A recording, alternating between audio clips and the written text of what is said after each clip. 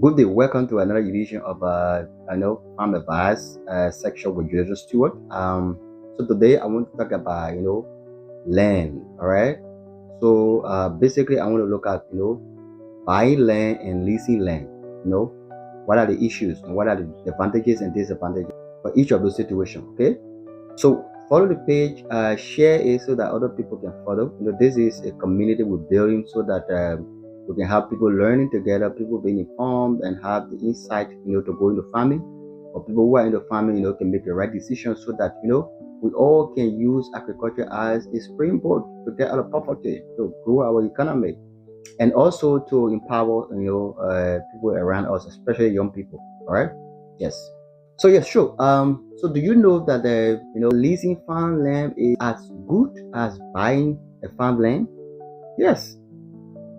And well, let me share with you, some insights so that you can look at the two options and know which one you think you can go into. So I want to provide an overview for buying farmland and leasing farmland. All right. So between there and see where you fit. If you are an aspiring agripreneurs that want to start something or take it how to start, this is what you need. All right. So buying farmland, which is the first thing I want to address, it is a very good idea, and it is also done for long-term investment. So if you have a plan to do long-term investment like 30, 50, 100 years, kind of investment, and have your farm business as probably a retirement business, then buying farmland is very necessary, is very good. All right. And it also comes with advantages. All right. Yes. So the first advantage is that when you buy a farmland, if you permanently own that land, so it means it's for you for forever, to put that way. All right. And you could use it, and your family, your children and children could use it because it is a permanent property.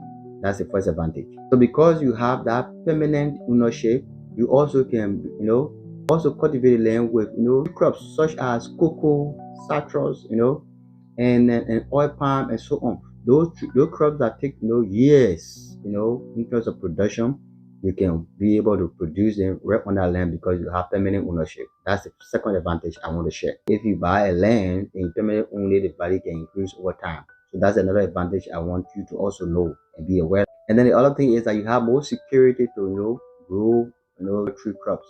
All right. And also invest in infrastructure, like you can build a farmhouse, you can set up irrigation system that costs thousands or if not millions of dollars. So you can do a lot of investment in terms of capital investment on the land because it is for you.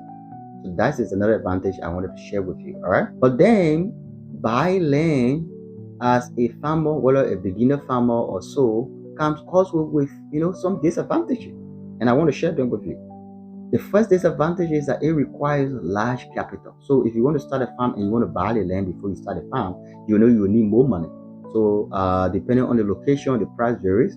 So you have to get more money to buy the land, and then also to buy the farm equipment, input tools, fertilizer, and different things, including labor, before you can even start.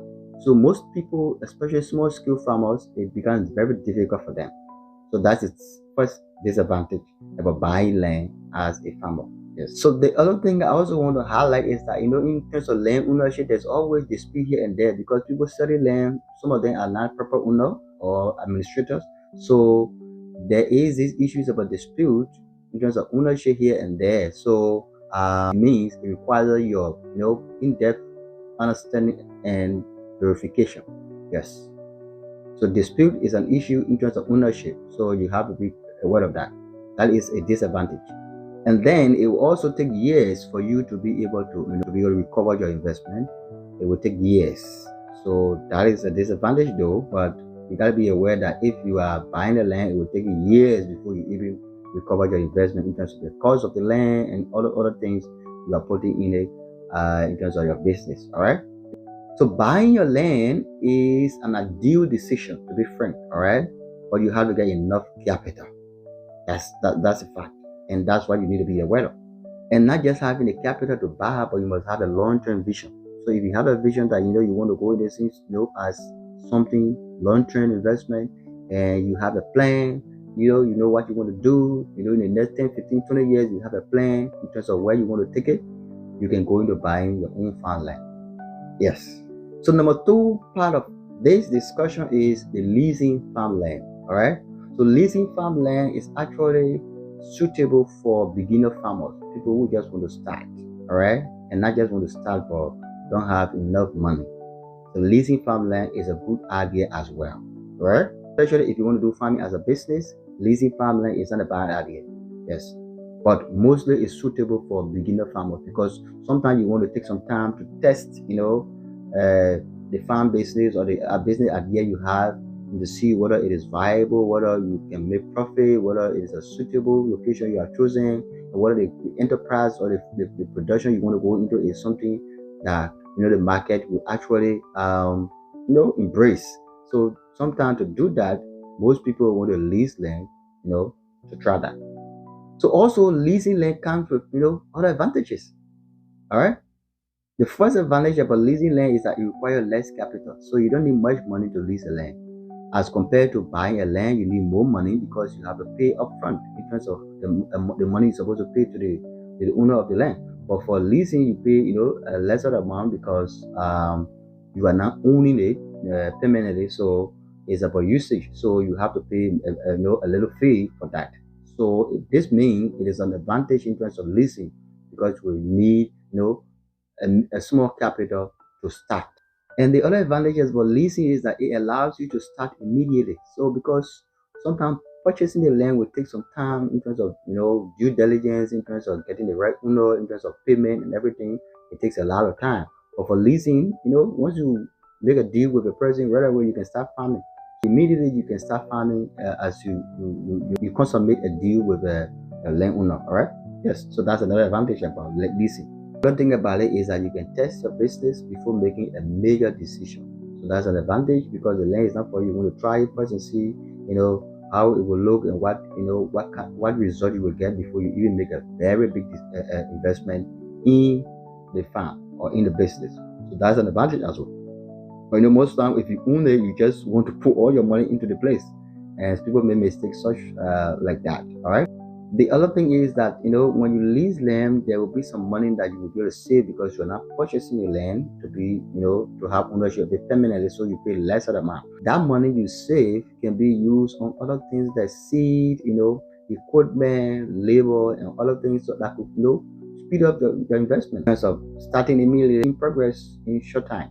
Yes. But then the other thing is that leasing land also comes with some disadvantages, and I want to share them with you as well. As you're aware that they also come with advantages such as needing small capital to starting immediately, and having the time to test your business. All right, all these things happen with leasing land, but then it also comes with disadvantages as well. So I want to share them with you. So one major disadvantage about leasing land is that when you lease the land, probably you may not be able to recover your investment, and then the lease agreement can expire or will be expired. So there could be, a situation where in lease agreement expire, at a time where you are not recover your investment. So that is a risk, but we should consider a disadvantage by in that against the advantages that we discuss. So you may have some restrictions. Some of the people who listen to the language, they'll tell you, what not to build there and what not to grow there. So that means there will be a kind of restriction in terms of what you want to do. You may not be able to do a kind of huge investment in terms of capital investment in infrastructure and even planting long-term crops. So that is a disadvantage in terms of leasing land. But again, I want to let you know that leasing land is a smart option for new farmers and people who have limited capital. But if you have enough capital and also you have experience and you have more idea on what you want to do, then you can go for buying land. Yes. In addition to to the information provided on buying land and leasing land, I also want to give you this advice. All right, whether you are buying land or whether you are leasing land, these are things you need to know and need to follow if you want to prevent dispute or issues way ahead. All right. So whether you buy land, whether you leasing land, the first thing you need to do is always verify land ownership. This is very important because a lot of people have lost their money because of Did not verify ownership of land, and they have a deal with somebody, and then the deal has to backfire because the people may not be the right owner. So you have to always verify ownership before you make a deal. Yes, or even before you pay a dime, verify ownership. And then you need to clearly define the boundaries. You need to be able to set up a clear boundary. The land, the exact place you need to use, how to be clearly defined with cornerstones or something that will show boundary. It's good like that to avoid dispute. So in that agreement, you have to be able to state the duration, how long you want to lease to go if you are going into leasing, and then how the payment will be done. It has to be clear so that tomorrow you don't have confusion. Probably the time you don't have money in your account or available, maybe the landowner will come and say, I want some money. So you need to clearly define that the payment terms and the schedule, and as well the responsibilities. So if you're using the land, what are you supposed to do? And the landowner, what are they supposed to do? So all these things should be clearly defined in a deal. And it should not just be a verbal deal, but a written agreement, all right, that all of you sign onto, and you have your copy. Probably you can even notarize it so it becomes a legal document. Yes, because sometimes there are situations wherein landowners, whenever they see you have invested a lot in the land, they will just come out and say, I want to get my land back, so I myself can do the same investment. All right. So then probably you become a loser if you don't have a written and legal agreement. So it's good to have something written, right? And the issues about written agreement is that it prevents future dispute. So you always need to buy into that and make sure you are guided by a legal instruments such as an agreement that is signed onto by each party and legalized by being notarized. The key message that I want you to get here is that buying farmland builds long-term security. That is a reality and that's a fact. But again, leasing farmland also reduces startup costs and financial risk as well. Yes. But I want to advise you to choose the option that suits or meet your financial capacity and your farming goal. So depending on the goal you have and your financial capacity, the amount of money you have, you can choose the option that suits that. All right. So you're either going to buy or you're going into leasing. But again, I will advise you to strongly, do this. Identify ownership, go into deal, written, and you can start your farming journey. All right. Yes. Thank you so much. It's good to always share with you. All right. And if you need any technical support, probably you can reach out to me anytime, and we can talk about that. See how I could provide some consultancy or guidance in terms of your journey. All right. And today video is supported by KSD Pest Control Service. They are into fumigation and spray of homes, offices for insects and different things that are harmful to your body, to your property, and also to your environment. Thank you. Have a good day.